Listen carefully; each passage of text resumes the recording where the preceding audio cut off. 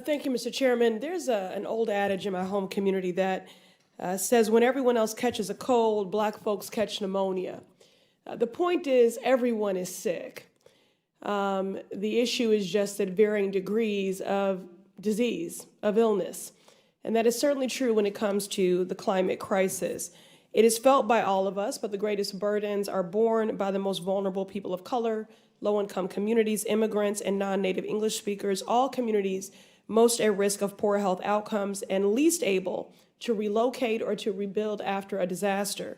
In my district, the Massachusetts 7th, one of the most vibrant, diverse, and unequal districts in the country, is certainly not immune. From Chelsea to East Boston, many of my residents are vulnerable to rising sea levels, extreme heat, and poor air quality. In the Chinatown neighborhood in Boston, a predominantly immigrant and low-income community that falls at the crossroads of two major highways, my constituents breathe some of the most toxic air in all of Boston.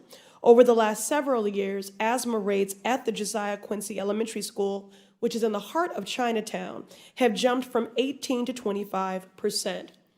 Adding insult to injury, these issues aren't a coincidence. They are outcomes born out of decades of racial, economic, and social injustice. Man-made policies that have been worsened by the greed and deceit of the oil and fossil fuel industry.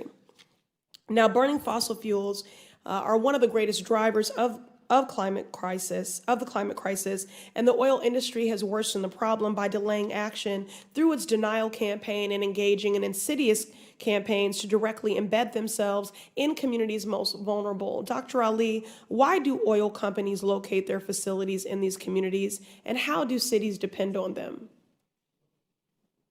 In many instances, they feel that these are the areas of least resistance.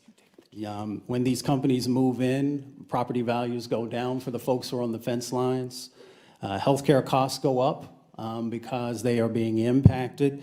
And as you said, there is a systemic racism aspect to this, and that's one of the reasons that there's a conversation about civil rights. So we have to be focused, because what we find is that communities are being not only impacted, but broken apart. Communities like Princeville, North Carolina, which was founded by freed slaves and hit by 100-year and 500-year floods. You have places like in Louisiana where indigenous folks have had to move down at the Isle de Charles, had to move away from their traditional lands.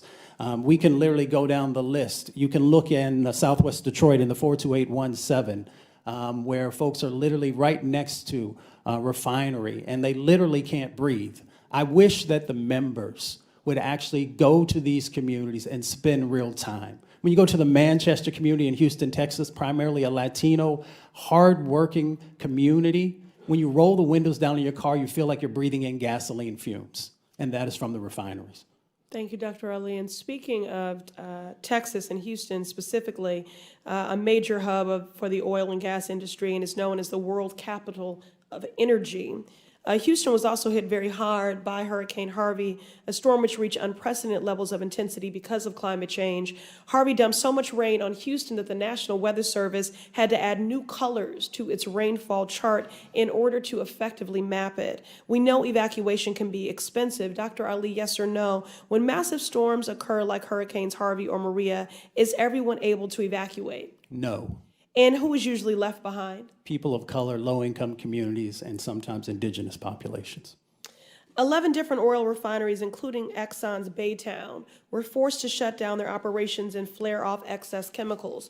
Now, oil refineries are designed to run 24/7, so when they shut down, it causes massive spikes in pollution. According to a 2017 news report, Baytown, quote, released about double the amount of volatile organic compound, a broad category of air toxics, than its permit normally allows, unquote. Dr. Ali, how does this excess pollution affect the people who aren't able to evacuate the area? They're trapped. And they're trapped and they are exposed to these chemicals, and they have breathing difficulties. You find these asthma bursts that happen. You find people developing liver and kidney disease because of these additional emissions that are going on. Thank you. It's clear we must act today. We must act in this moment, and I second the impassioned comments of my colleague, Representative Gomez. And and also express my pride in that this topic is before the Civil Rights and Civil Liberties Committee today, appropriately so.